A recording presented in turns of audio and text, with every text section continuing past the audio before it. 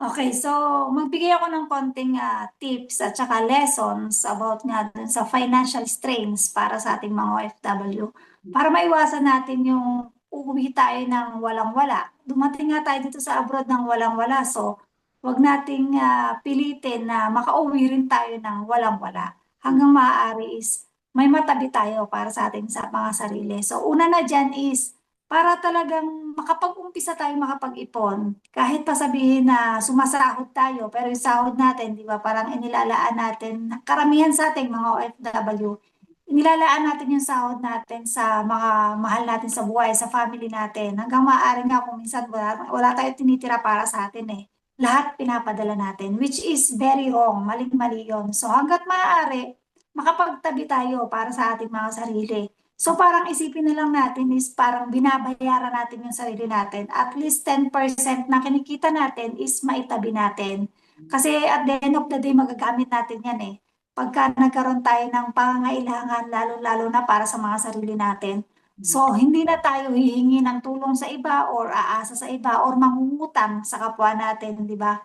So pilitin natin na makakuha tayo dun sa sahod natin ng 10% kasi magagamit talaga natin to sa oras na mangangailangan tayo. So pangalawa na dyan is yung mag-track tayo ng mga gastos natin. So pilitin talaga natin na ma-budget yung pera natin kasi kung hindi natin itatrack yung mga naging gastos natin, magpapaulit-ulit lang yan eh, na parang palagi tayong kinukulang, palagi tayong kinakapos. Kasi kung minsan tayo, akala natin ang laki-laki ng kita natin. So parang ang dami nating gusto na which is hindi na tumatama kung magkano yung sahod natin, parang mas nalalagpasan pa niya yung expenses natin. So Eh, parang mas lalo tayong nababaon pa sa utang, di ba? Karamihan ganun eh. Akala natin, lalo na kapag may sitwasyon na may mga online selling, di ba? Yung mine tayo ng mine, napasobra na yung mine natin, tapos na out of the budget na tayo. Hindi na nasumasakto yung sinasahod natin dun sa mga bills natin, sa mga bayarin natin. So, nangyayari yan, nakakapangutang pa tayo. So, para hindi mangyari yon, i-track natin yung mga nagiging gastos natin, mga expenses natin, yung mga hindi naman kailangan is wag na natin pag-focusan. Erase na natin yon. Mag-focus tayo so kung ano lang talaga yung kailangan. Kasi yung mga gusto, yung mga wants is po pwede naman yang saka na lang. So yung pangatlo naman is mag-set tayo ng boundary, especially na dyan yung mga nangihiram sa atin ng pera. Kasi hindi naman habang buhay is malaki o hindi habang-habang buhay is kaya natin magtrabaho. So yung pagsiset ng boundary is pagsiset na rin yun ng peace of mind para sa sarili mo.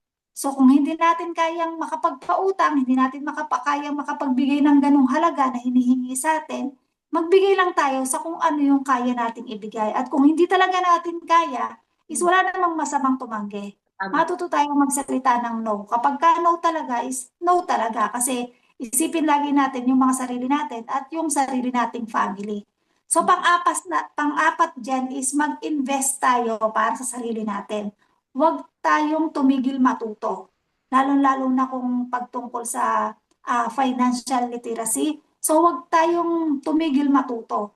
Hanggang maaari, yung mga patay na oras natin, habang nandito tayo sa abroad, is mag-aral tayo ng mag-aral kasi hindi natin alam kung ano yung magiging bukas natin, yung future natin, hanggang kailan tayo nasa abroad. So kapag kailangan na natin bumalik sa bansa natin, ano yung po pwede natin gawin? So kung hindi tayo nag-aaral, kung nanatili na lang tayo sa kung ano yung ginagawa natin ngayon, so parang sabi nga nila, comfort zone, kung andito na lang tayo palagi, paano tayo makakatawid sa kabila? Paano yung future? Hindi kasi natin alam kung ano yung naghihintay sa atin sa future. Malay mo, bigla kang mawalan ng trabaho. So, ano yung gagawin mo? So, never stop learning. Pagbalik mo sa bansa natin, is may magagawa kang iba kasi may natutunan ka. So, mag-prepare lagi tayo para sa sarili natin. Mag-invest tayo para sa sarili natin kasi magagamit natin yan in the future. Lalong-lalo na kung ang pag-aaralan natin is pagnenegosyo. At least habang nasa abroad tayo, nag-aaral tayo na paano ba dumiskarte, paano ba magnegosyo, magbenta-benta tayo online. Nag-upgrade tayo. Yes, kahit wala tayong puhunan, marami namang tayo maaaral dyan sa online. So, pagka naaral mo yung communication sa business, pagdating mo sa Pilipinas is magkakaroon ka na ng idea kung paano makipag-deal sa tao. kung paano makipag-business sa tao. Cute So na lang. yun, so aralin natin habang may mga patay na oras tayo, di ba? Kumbaga, pag nagawa natin yon, na-prepare na natin yon, pagdating natin sa Pinas, which is ano na, available na tayong magnegosyo doon, execute na lang. Kasi yung learnings tapos na eh, di ba? Meron na tayong Yes, baon eh, di ba? At kahit yes, pa paano, may yun, konti na rin tayong puhunan. Di ba? Madali na yes. lang mag-execute. At bukod doon, advantage kasi by that time, kasama na rin natin yung mga mahal natin sa buhay. Yun ang perfect. Kasi kaya nga sinabi, mag-invest tayo sa sarili natin. So, unang-una, mag-invest ka, mag-ipon ka ng puhunan. Mag-invest ka sa learning kung paano mo magagamit yung pupuhunanin mo na yun sa business. Para pagdating mo sa Pilipinas, kasi yan yung naging struggle ng karamihan kasi marami sa ating mga OFW yung tumatanda na sa abroad. So, pagdating mo ng mga 50 o lagpas 50, napapaisip ka, paano kaya ako pagdating ko ng Pilipinas? Kasi yung ganong edad, hindi ka na matatanggap nun as employee sa Pilipinas eh. Sino pang tatanggap sa'yo? Mag-a-apply ka, 55 ka na or 60 ka na, di ba? So yun yung naging struggle ng iba na tumatanda sila sa abroad, pero paano sila pagdating nila ng Pilipinas? So kaya talaga dapat mag-i-invest ka sa sarili mo. Never stop learning kasi magagamit mo yan in the future. At mag-iipon. Yun. So yung panglima is palagi tayong maglalaan ng emergency fund para sa atin. So kahit gaano man yung kinikita natin, kahit maliit man yan o malaki, kailangan talaga may natatabi tayong emergency fund kasi hindi natin hawak ang bukas. Kung ano man yung mangyayari sa atin, dapat palagi tayong handa in case of emergency. Kasi para sa atin din talaga yan. Para sa atin yan kasi magagamit talaga natin yung emergency fund na yan kahit anong mangyari andun pa rin, nakapokus tayo sa learning para sa sarili natin, mag-ipon tayo para sa sarili natin, magkaroon tayo ng emergency fund, magsweldohan natin yung sarili natin. Although sinusweldohan tayo ng amo, pero kasi feeling natin para yun sa family natin eh. So magtabi tayo ng 10% na parang, eto, para sa akin to, sweldo ko to. Huwag nating lahat-lahat ibibigay sa pamilya natin. Pero kung Ano ikaw, minsan talaga, non-negotiable yon. yes, yun, oo.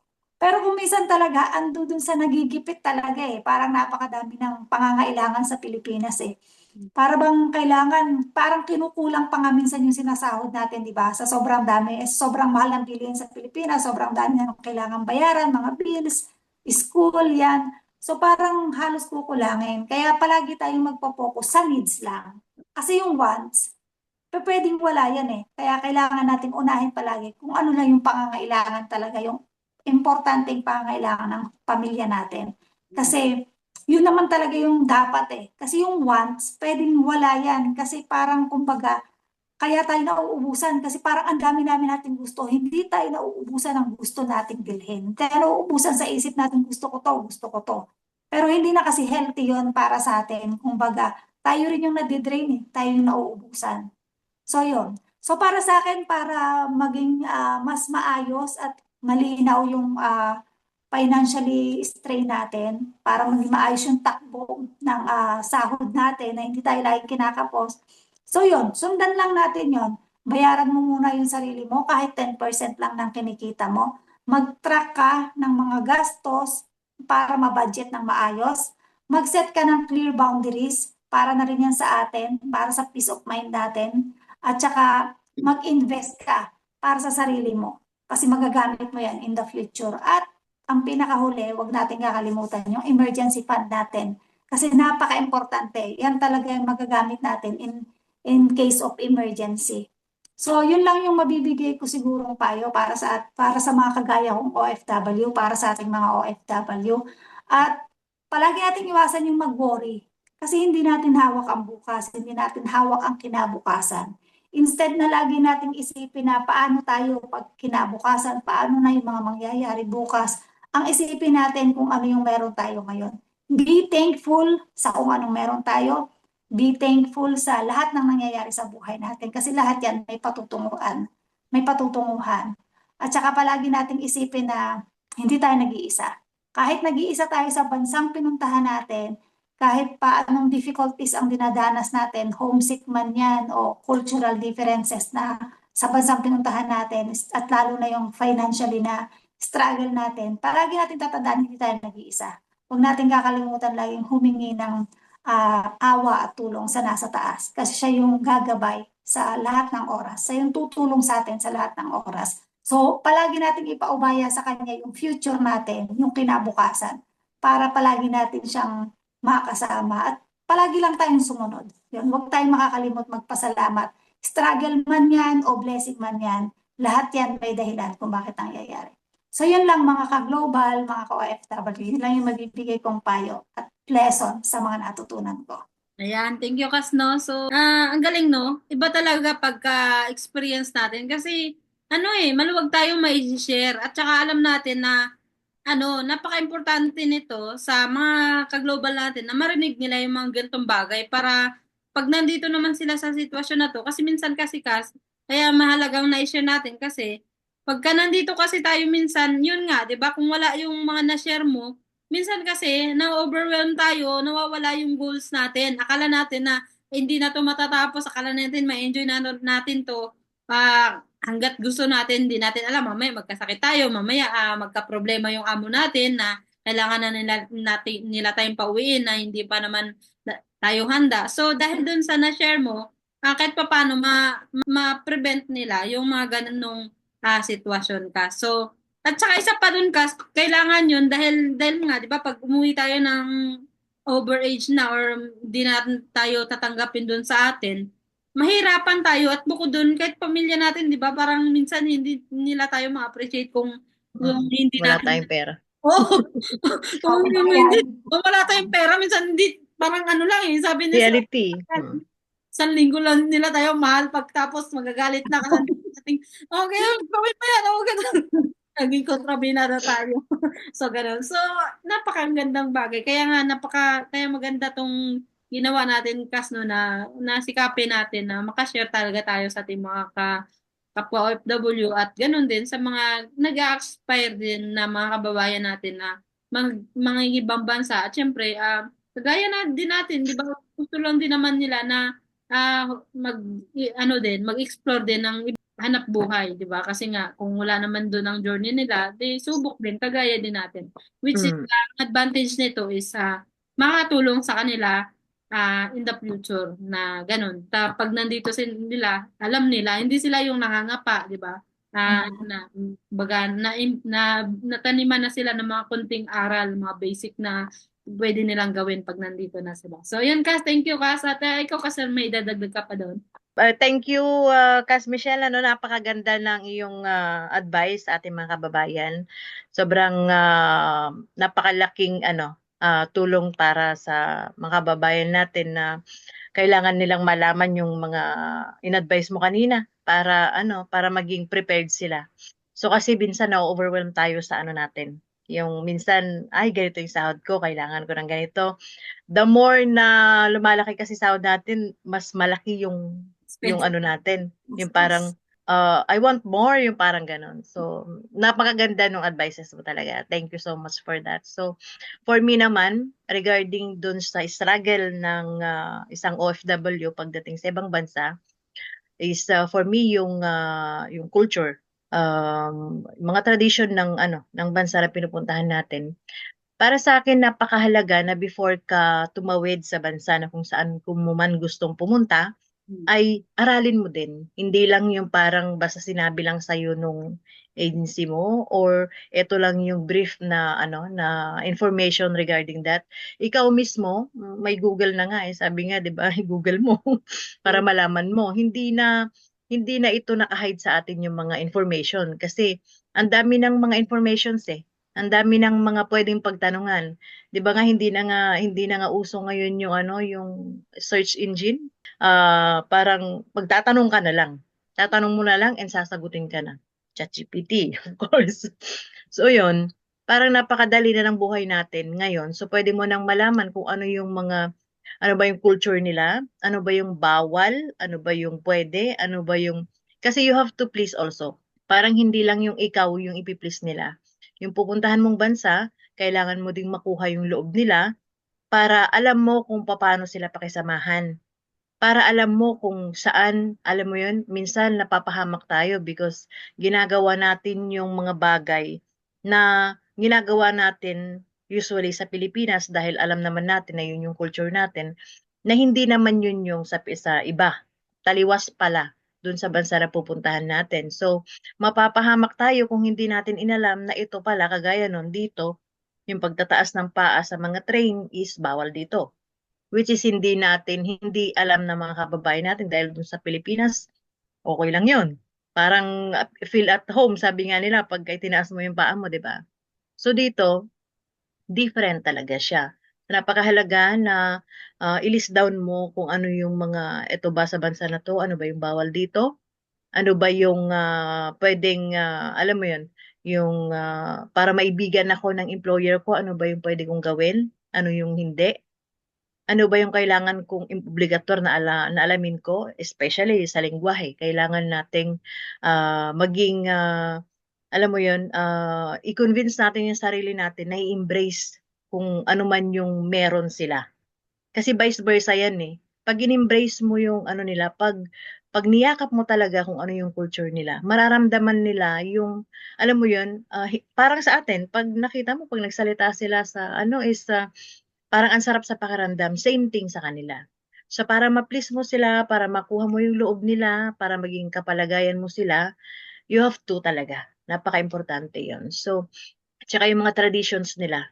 Mga pagkain, hindi ka po pwede dahil nung part na mga panahon ay pwede yung, I mean, wala tayong mga pagkain eh, na kagaya ngayon. So, kailangan yung adjustment po sa mga pagkain, ano ka talaga, flexible ka talaga. Yung kaya mo na kumain kahit hindi mo usually kinakain. You have to, sabi nga, embrace mo talaga lahat. So, yun yung para sa akin na mahalagang aralin natin yung culture ng bansa na pupuntahan natin at yung natakil nga natin dati na para hindi ka mapahamak, alamin mo lahat.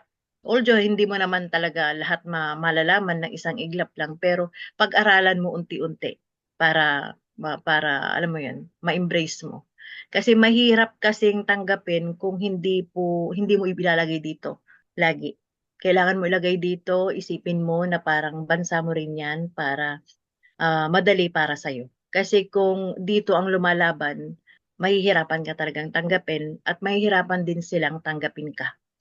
So yun para sa akin simple lang, ganun lang yung advices ko at panatilihin natin na lagi tayong may respeto sa kahit sino man at kanino man at anumang bansa na kung saan mang bansa tayo naroon. Kung sino man yung kaharap natin, kahalubilo natin, ibigay natin yung respeto para ayun mo yung ibalik din sa atin yung respeto kasi how they can respect you if you don't know how to respect others. Sabi nga, 'di ba? So, yun, para sa akin, that's all for mga konting ano lang. So yun Kas. Okay, kasi thank you kasi no. So, yun naman talaga. Importante talaga na bago tayo pumunta sa, 'di ba? Kaya nga nung naalala natin, 'di ba, pinag-uuwa tayo, Mm. pinag-aaral tayo ng mga basic lalo na sa mga mahigpit na bansa, halimbawa Japan, Korea, pinag-aaral talaga sila kasi Mm. hangga't hindi ka makapasa diyan, hindi ka makapunta kasi ang point kasi noon pagdating din doon, ikaw din mismo mahirapan ka, 'di ba? Mm. Kasi walang translator doon, lalo na kung sa mga machine, halimbawa sa factory, 'di ba? Mm. Tagalog, walang English doon. Talagang pure salita talaga nila. Kaya alamin natin kasi Oh, naalala ko nga Kas ha? nung nasa factory kasi ako dati nung nasa Taiwan, napunta ako sa office. Parang kinuha nila ako doon para mag-encode ng mga yung ng company. Hmm. Ngayon, hindi ako marunong magbasa. Alam mo ang ginagawa ko kasi tinuturuan ako eh. Ito yung gawin mo, ganito. Tapos Bilangin mo yung litra. anong ginagawa ko? Kasi nagdo-drawing talaga ako. Hmm. Ito yung gagawin ko, ganyan. Drawing talaga lahat. So pagtingin mo ng computer, ang hirap sobra. As in, sobra akong nahirapan. Napaka-importante talaga. Malaman mo talaga yun. Mm-mm. At saka Kas, pag natutunan mo yung bagay na yon, pag na-overcome mo yon, na yun, Sobrang dali na transfer mo ng na lahat. rin yun sa sarili mo, at least, di ba, may bago ka natutunan, di ba? Mm-mm. Bukod, Exactly.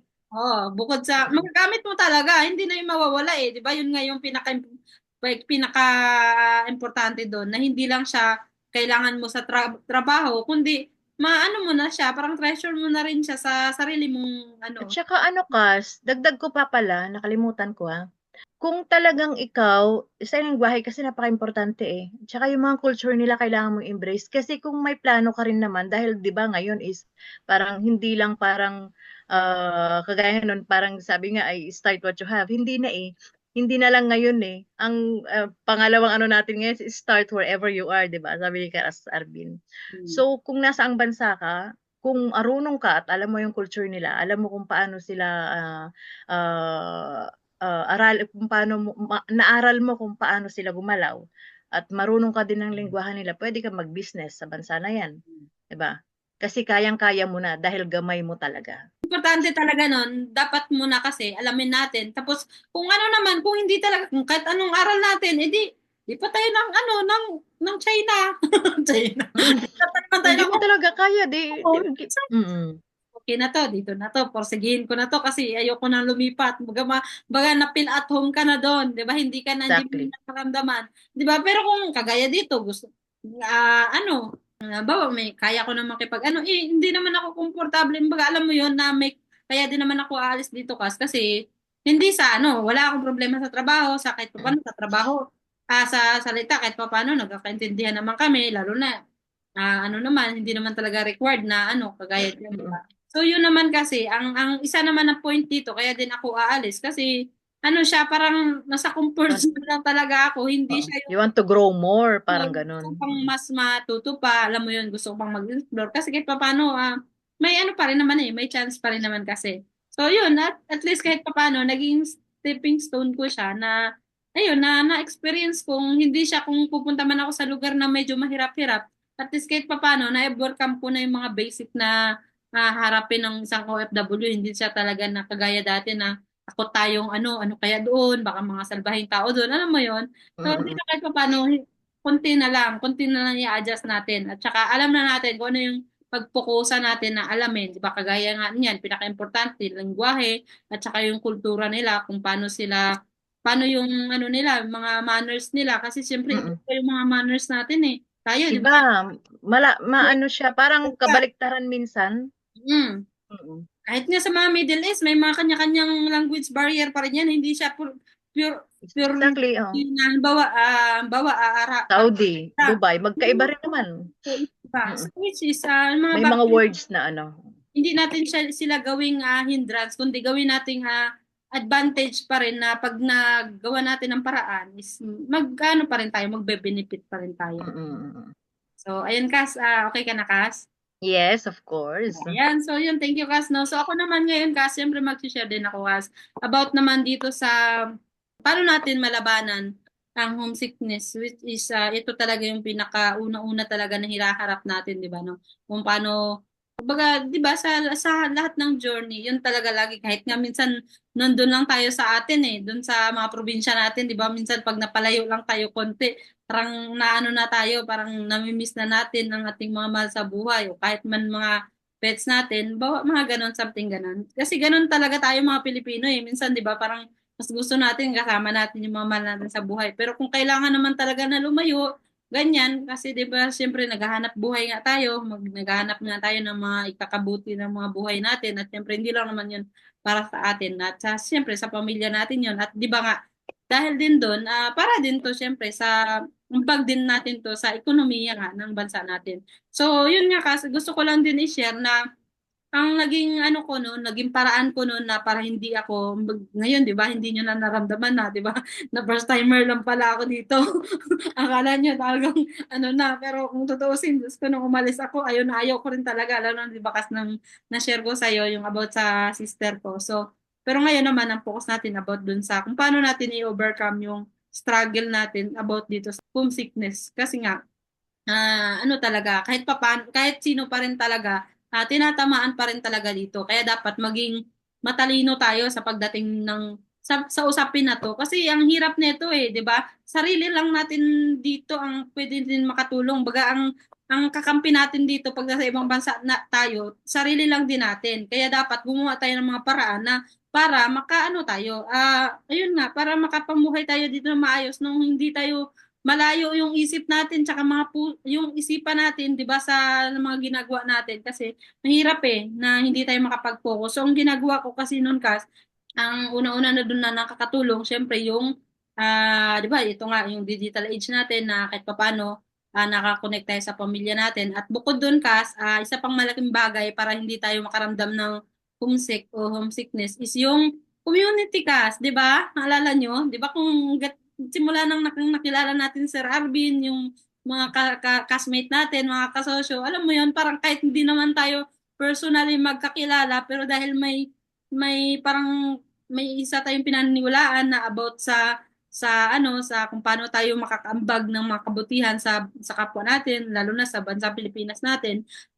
Yun din, 'di ba kahit paano meron tayong nakakausap ba na alam nating safe tayo na kahit mag-share tayo ng mga personal things, mga problema, 'di ba? Nakakuha tayo ng advice, 'di ba? Minsan kasi Michelle, nagsisharean din kami ni kasi 'di ba, medyo na-start na rin namin 'to mga few months ago na rin. Hindi lang talaga siya katuloy-tuloy kasi naman syempre mga busy din tayo. Pero importante kasi natuloy pa din kasi nga ganun kailangan natin na tuloy-tuloy, 'di ba? Okay na yung mal-delay pero wag lang yung tumigil talaga. O kumbaga sabi nga sa pagpagod ka o 'di ba busy ka, pahinga ka lang muna. Pag after niya go ulit. So, 'yun. Isa pa 'yon, no? Isa pa nakakadagdag yung sa community nga at di lang 'yon bukod sa community na about dito, about friendship na nakakausap natin na ano kasi ito yung kailangan din natin 'di ba? Parang channel na rin siya ng ano natin ng ano na nagko-cope tayo dito na hindi tayo baga dito kasi hindi tayo pwedeng basta makipag-usap may mga maseselan na amo Saka bukod doon, nahirapan din tayo sa salita. Baga nakipag-usap lang tayo about sa mga mahalagang bagay lang, mga kailangan lang. Dito kasi, at least kahit paano, komportable tayo kasi gamit natin yung mga sarili nating lingwahe. At ayun, sa community, yung connection natin sa community, nahingian natin ng advice, payo, at yun, ah, bukod doon is, yun, isa pa sa ano, yung nakaka-attend din ako dito kas ng online, yung sa ano kasi, yung parang Bible sharing, isa din yun sa nakadagdag sa akin ng ano na para hindi ako masyadong malungkot ba na kahit mag-isa lang ako dito. 'Di ba? Okay lang din sa inyo kahit paano nakakasalamuha kasi kayo ng mga kababayan natin, 'di ba? Kasi ikaw din kasi Michelle ako kasi totally as in ano kasi ako dito isolate Pero tanggap ko 'yun. Kaya kahit paano hindi ko pa rin siya naramdaman dahil nga may mga ways ako na ginawa para kahit paano ma-survive ko siya. So yun nga isa din 'yun. Um, naka-attend ako which is hindi naman yun dito kasi bawal wala siya talaga wala talagang church dito na ganyan ewan ko meron siguro pero delikado kasi unang-una hindi naman kasi ako basta-basta nakakaalis dito kasi liban lang pag mga importante kasi yun talaga sila kasi nag-iingat sila dahil syempre pag napano kasi ako sa labas o napahamak sagutin kasi nila ako which is valid naman di ba so yun malaking bagay na through digital age pa rin through ano pa rin na nakakonect ako dun sa mga yun, hindi lang siya basta kwentuhan. Meron din kaming ganon, nakakapag-share kami nila Pate yun, naalala mo yun yung ano, hindi ko kasi na-share doon sa group natin Si Cas Pate, asawa yun ni Cas Raniel, classmate din namin, but ano sa KMCC. Yun, isa yun, Taga London naman yun, oh. Sa ano sila sa UK sila. So yun, isa sila sa mga way na kahit papano, every week din yun, nag-share kami about ganun, konting devotion, konting stories, ganun, basta about Bible. So yun, isa din yun, di ba kahit papano, dahil nga hindi nga ako makapag-church dito, which is walang problema dito kasi importante lang naman doon, hindi ko sila naabala. Hindi naman ako masyadong nag-iingay dito na kagaya nung naabala sila. So, walang problema, 'di ba? Basta 'yun lang naman, lagi naman ano.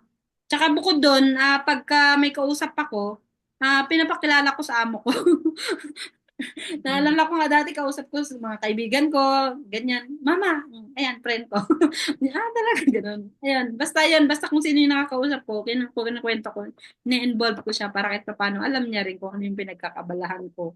At kaya, tsaka bukod doon, sa pamamagitan nun kasi, nagtitiwala sila sa yung baga nakaka-create tayo ng trust sa kanila na alam nila na wala tayong ginagawang hindi maganda behind their back. So which is magandang ano yun, na may peace of mind din tayo dito kasi pangit kasi na tayo nag-enjoy tapos iba na pala iniisip nila sa atin, di ba? Baka iniisip nito baka ano na to, kung ano nang ginagawa nito sa social media. Alam mo yon, di ba? Kasi hindi na mawasan, may mga ganon, which is napapahamak talaga or nakakapahamak talaga pag mga ganon, which is maganda na mapunta tayo sa mga tamang community kasi hindi naman kasi lahat ng community maganda yung na idudulot sa atin. Di ba? Marami talaga. So, yun. Even nga sa ano sa halimbawa, dyan sa inyo, 'di ba? Dapat maingat din kayo kung sinong nakakasalamuhan nyo kasi meron man tayong mga kababayan din na imbis tutulong sa atin, makaintindi, minsan yun pa din ang nagpapahamak sa atin. So, yun din, isa din yun sa dapat maingat din tayo. So, at isa pa na mai-share ko is yung ayun, ito din, pagbablog natin, pagko-content, isa din to sa nakakawala ng ano, ng homesickness. Kasi kahit papaano, kahit wala tayong kausap, o kausapin natin yung sarili natin sa camera. Di ba? Masaya na. So, ayun. At lastly, Kas, yung may ginagawa pa ako, yung panonood ng mga teleserye nung mga sa atin na, di ba kasi yung sinare ko ngayon sa iyo, kasi kung nanonood ka ba doon. Pero yun, isa yun, lalo ng pampalipas kasi, di ba may mga time na gusto mo lang scroll lang. Ito naman sa amin Kas, nanonood ako ng ano, yung may sinasubscribe kami na ano, yung sa I1 TV ka, sa I1 TFC. Yun, yung may mga palabas kasi doon na, yung feeling din natin, nasa Pilipinas din tayo, parang nakaka-cope up din tayo ng mga balita doon sa atin, o kahit na mga ano, hindi na, basta kung ano lang yung makakatulong sa ano natin, sa health natin, di ba? Na maka-benefit ba tayo, na hindi yung dagdag stress. Kasi minsan kung puro lang din pamilya, minsan kasi puro stress din ang dinadagdag ng mga to, eh. Sabay ganun, eh. No? So yun, Kas, kahit pa paano, di ba, na-enjoy ko siya, na ako naman din, dahil nga sanay na rin naman kasi ako na mag-independent, hindi na rin mahirap sa akin. At sa personalidad ko din na kaya ko din na ako lang mag-isa, mas kaya ko din naman mag-adjust na marami. Pero syempre, hindi naman lagi eh, di ba? Basta ganun, sabay lang din tayo, sabay. Kung ano yung madadala natin, no, nakakatulong sa atin na makashare din tayo ng ano din, magandang bagay din sa bawat isa. At so yun, isa din yun, di ba, na pwede nilang gawin pag nandito sila. Kasi marami din akong mga kilala, di ba, lalo na yung mga iba nating kababayan, di ba, meron naman kasi iba, yung mga nagwawawa sila ng content na yung parang, alam mo yun, yung parang sa mga TikTok, nagbanggit na yun. Di ba? Oo, meron din. Di ba? Nanonood tayo. Which is, okay. Walang problema. Basta kung saan sila mas ano, di ba? Na hindi sila malulungkot. Kasi, mahirap pag ano eh, pagka nagkaroon ka ng anxiety eh. Di ba? Alam mo yun, walang tutulong sa'yo. Di ba? At bukod dun, baka, makakaano yun, makakasira yun sa health natin. Di ba? Kaya dapat, matuto tayo na maggawa ng paraan na makaano tayo bukod sa maka-adjust tayo dito sa trabaho natin. Basta importante hindi naabala yung trabaho natin. So yun Kas, yun lang yung may share ko. So ano Kas, may dagdag pa ba kayo kung saan nadaldal ko sa nadaldal? Sa na-share ko Kas. Kas Michelle, may konti ka bang dagdag o ano ba, meron pa bang kulang? Okay yun na. Feeling ko nasabi mo ng lahat eh. Kasi yun na yun eh. Oo. Akala mo talaga Parang siguro. yun na talaga yun eh. Yung mga pampatanggal natin ng stress, pampalibang sa atin para hindi tayo ma-homesick. Tama. So halos nasabi mo ng lahat. Mhm. Andun ang lahat din yun. Thank you, Kas. Kas Yang, ikaw naman. Okay na. Okay na ako, Kas. Narinig ko na sa iyo yun. Kasi ako kasi ano eh, parang sabi ko, hindi kasi uso sa akin yung homesick. Madali kasi ako mag-move on, char. Hindi, I mean kasi dyan kasi sa'yo, advantage kasi, una, may kasama ka. O, di ba, kausap pa lang dyan sa, Naranasan ko rin yung ano yung natin. sobrang, oo. Sabihin mo lang kay Coach, Coach, kape. O, ayos ka na. Kami dito wala Hindi eh. naranasan ko rin yung yung mag-isa, yung parang pero hindi kasi ako yung taong ma-homesickin. Oh, same tayo, Kas. Pero Mm. yun nga din, naramdaman ko rin yung kasi dahil nga sabi ko, first time. Yun lang yung naramdaman ko. Pero after all naman, yun na din. Tsaka, Yun yung kagaya ng sinabi mo, maraming paraan para matanggal siya. Huwag ka lang yung parang, yung pag may anxiety ka talaga, mahirap. Kasi tsaka may depende kaibigan din, akong Kas. ganyan. Tsaka depende kung, yun nga, mamili ka rin kung ano yung pagkakabalahan mo. Kasi kung anong pagkakabalahan mo, papahama ka pala, di ba? Exactly, O, yes. meron kasi Tsaka iba, yung mga panunood mo ng kung eh, ano-ano, may dapat yung pinagkakabalahan. nakaka-refresh sa'yo, hindi yung parang malulugmok ka pa, yung parang iyak-iyak ka pa, yung mga ganun. May ganun ah. Halimbawa na lang sa community, ang dami mga community online ngayon. Pero kung ano-anong pinagagawa, di ba? O, di ba, mapalad tayo, nakatagpo tayo ng magandang community. Sobrang thankful At na ganito yung community nakatagpo natin. din tayo ng mabubuting kaibigan. Mm. Especially na doon, kasama doon si si Kas. Tsaka napabuti tayo kasi alam mo yun, giniya tayo sa tama. Guide. Mm. Oh, correct. Mm. Hindi Tsaka na, hindi napupunta sa kung saan lang yung mga kinikita natin kasi may goal eh. Meron tayong ini-aim na mangyari kasi yun yung tinuturo sa atin. ayun nga, di ba nga sabing doon din sa topic ni Kas na pagdating dito dapat alam pa rin natin yung kung ano yung goal natin at the end of the day alam natin kasi yun nga na overwhelm tayo minsan akala natin kaya yan bata pa naman ako ano mo yun wala naman sa edad yung di ba kaya yung mga bagay na sinishare natin yun yung pinaka makakatulong talaga sa kanila di ba so kaya masaya tayo na share kasi Share unang-una din natin. Oo. na-experience din natin at Oo. na-enjoy natin at siyempre ganun din yun sa kanila. Kasi ang sarap sa pakiramdam na may nagtuturo sa atin din, may community tayo na maayos. So, we want to share also sa mga kababayan natin na wala pa sa community na ganito.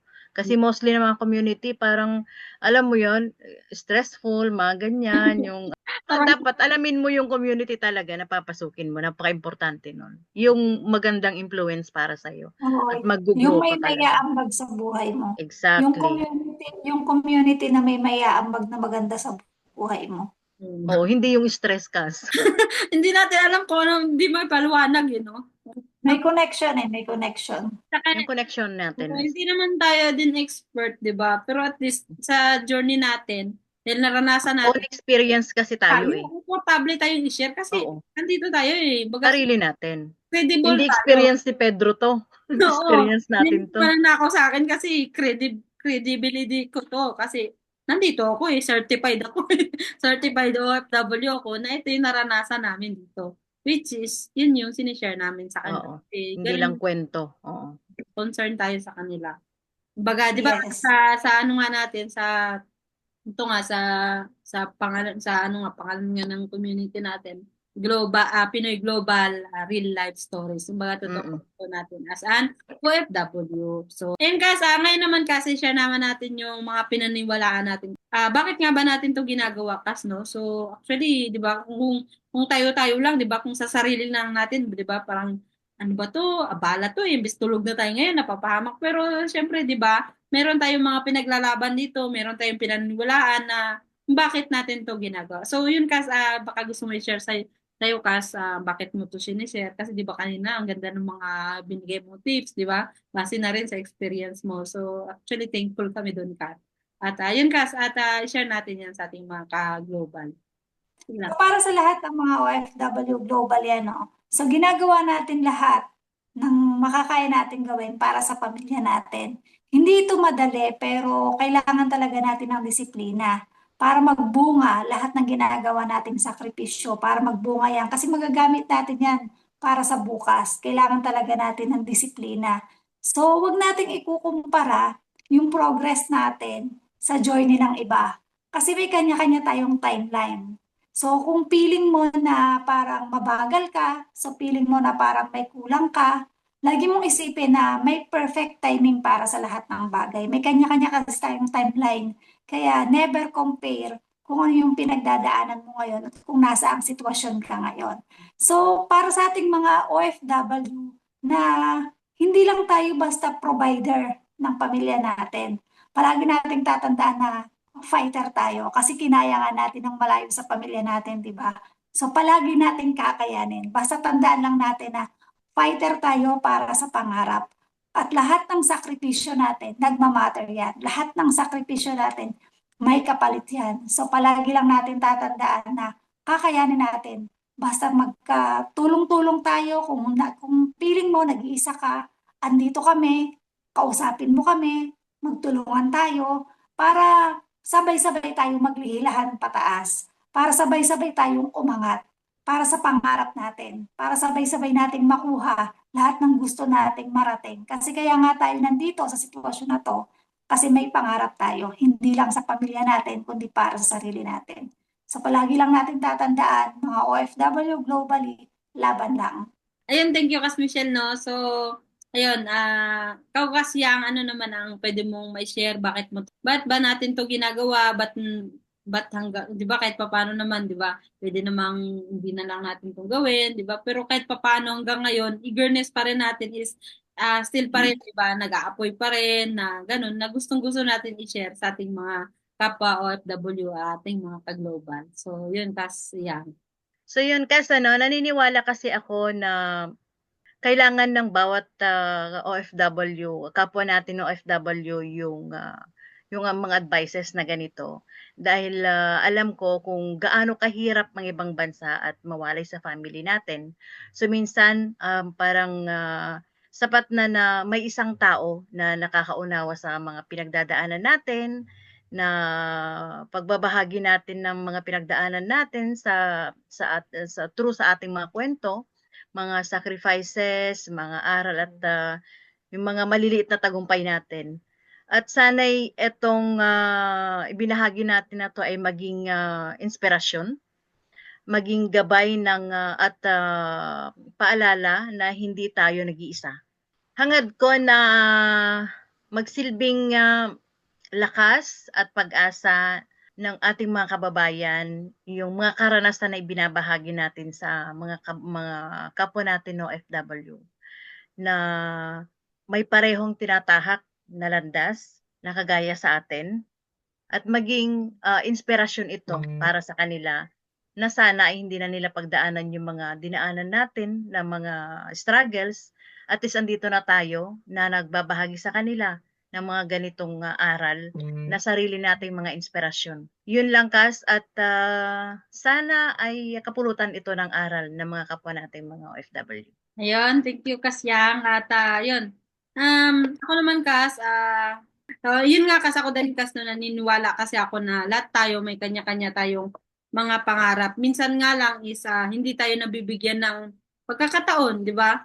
At minsan naman is kahit may pagkakataon, napanghihinaan tayo ng loob kasi nandun yung takot dahil nandun yung walang sumusuporta sa atin, yung akala natin walang nakakaintindi sa atin. Pero yung mga bagay na yun, hindi natin kasi talaga malalaman ang mga bagay-bagay kung kaya ba natin o hindi as long as hindi natin subukan. So kagaya natin, 'di ba, na nasubukan natin, na experience natin. Kaya ngayon, inaabot natin sila na sa pamamagitan ng ating paggagawa ng ganitong content, pagpo-podcast natin na may share natin sa kanila yung mga karanasan natin na kahit na yun hindi kasi nila maunawaan na na akala nila kasi kagaya ng mga kakilala ko din kasi gusto nila kaya lang pag sinabi pa lang kaya mo ba? Sure ka na ba? Pagdating pa lang doon, sure ka na ba pa lang ang tanong, di ba?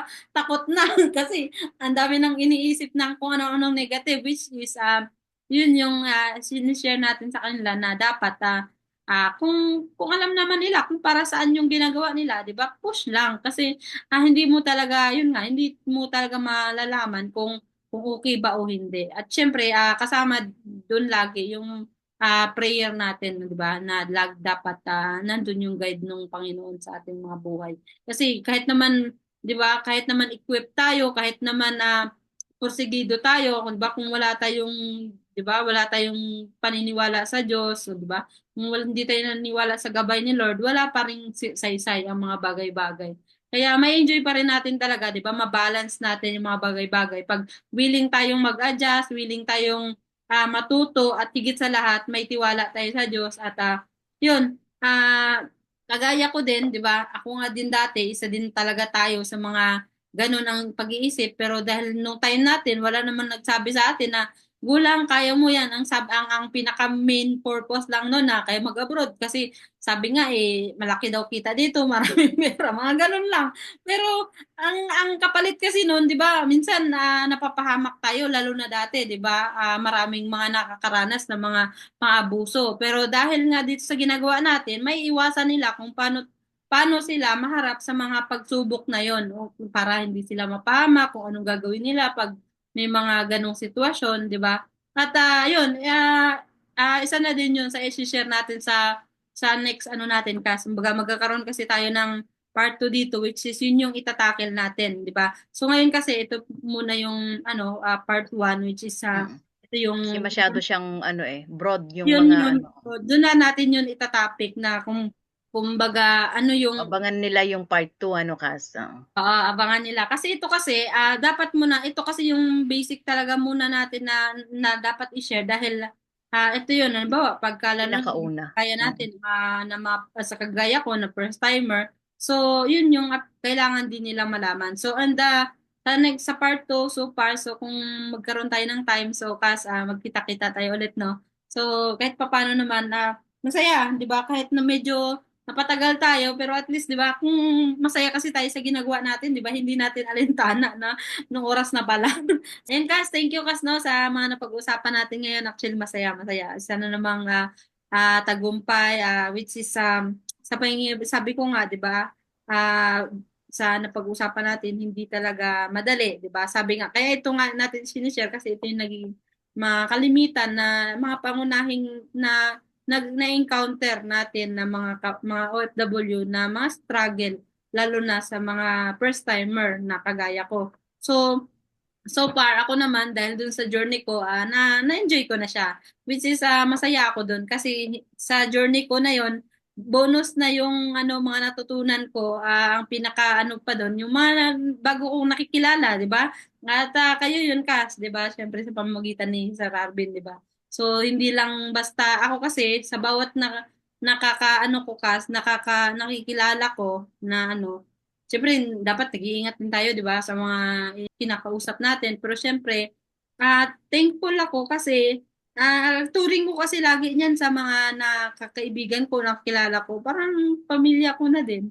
Oo, ganun. Kasi nga, wala pa akong sariling pamilya eh. Mga kapatid ko may kanya-kanya ng mga buhay. Si mama ko naman, medyo matanda na, kaya kamustahan na lang din kami. At thankful din ako kasi masaya din siya sa buhay niya ngayon. Kasi yun yung naging buhay niya ngayon eh. Doon siya sa church. Ngayon ayaw niya rin umalis kasi gusto niya na pagka may gawain, konting hakbang na lang, nandun na siya. Which is maganda sa kanya kasi matanda na si mama eh. Kasi bunso na kasi ako Kas, kaya matanda na yung mama ko. So Kas, thank you so much Kas, no? So bago tayo magtapos Kas, ako nga pala si Chris na nag-iiwan ng isang katagang ikaw ang bida sa sarili mong kwento. Kaya galingan mo ang kwento ng buhay mo. Be the best! Kasyang! At ako naman siyang Santiago, nag-iiwan ng katagang walang imposible sa taong may pangarap. So sa lahat po ng mga Filipino, globally, ako ulit si Michelle Imbat.